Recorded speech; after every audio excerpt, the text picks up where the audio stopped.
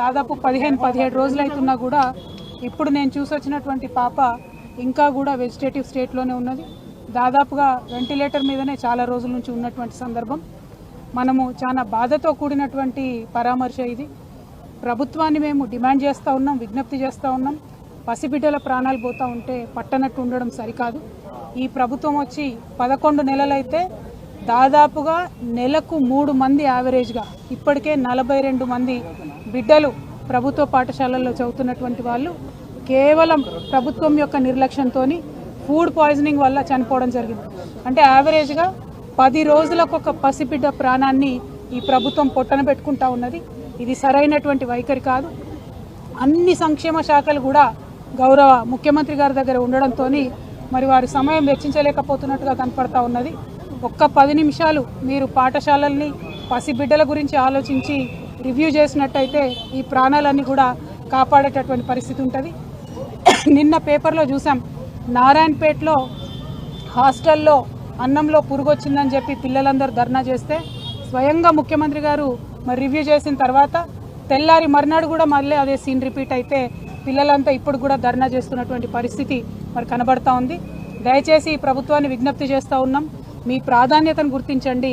బిడ్డల ప్రాణాలు ప్రాధాన్యమైనటువంటి అంశంగా మీరు స్వీకరించి తక్షణమే చర్యలు చేపట్టవలసిందిగా నేను డిమాండ్ చేస్తూ ఉన్నాను.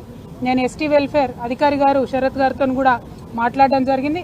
మరి వారు మేము చూస్తున్నాము, అన్ని రకాలుగా చర్యలు తీసుకుంటున్నామని చెప్తున్నప్పటికీ ఆదిలాబాద్ టు ఆలంపూర్ మీరు ఏ ఒక్క పాఠశాల చూసినా, ప్రభుత్వ గురుకుల కావచ్చు, ఆశ్రమ పాఠశాల కావచ్చు, ఏది చూసినా కూడా ప్రతి పాఠశాలలో ఏదో ఒక ఇన్సిడెంట్ జరిగింది. ఈ 42 మంది పిల్లలు 11 నెలల్లో చచ్చిపోయింది అన్ని జిల్లాల నుండి ఉన్నారు.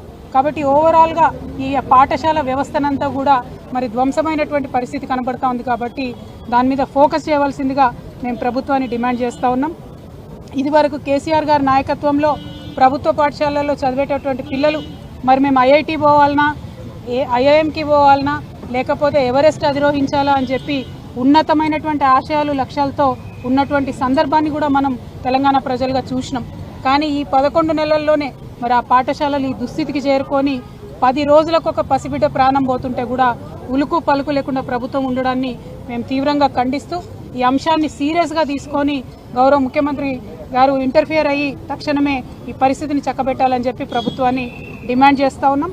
అట్లానే ఇప్పటి వరకు ప్రాణాలు కోల్పోయినటువంటి ఆ 42 మంది కుటుంబాలకు కూడా ఎక్స్గ్రేషియా కింద 10 లక్షల రూపాయలు ఇవ్వాలని కూడా మేము డిమాండ్ చేస్తూ ఉన్నాం. పోయిన ప్రాణం వెలకట్టలేనిది, పోయిన ప్రాణాన్ని తీసుకురాలేము, బిడ్డ దూరమైనటువంటి దుఃఖాన్ని తీర్చలేము. కానీ వారి ఆర్థిక కష్టాలలో స్వావలంబన ఇవ్వాల్సినటువంటి కనీస బాధ్యత ప్రభుత్వానికి ఉంటుంది. కాబట్టి 10 లక్షల రూపాయల ఎక్స్గ్రేషియా కూడా ఆ పిల్లల కుటుంబాలకు ఇవ్వాలని చెప్పి ఈ సందర్భంగా డిమాండ్ చేస్తూ ఉన్నాం. Thank you. జై తెలంగాణ.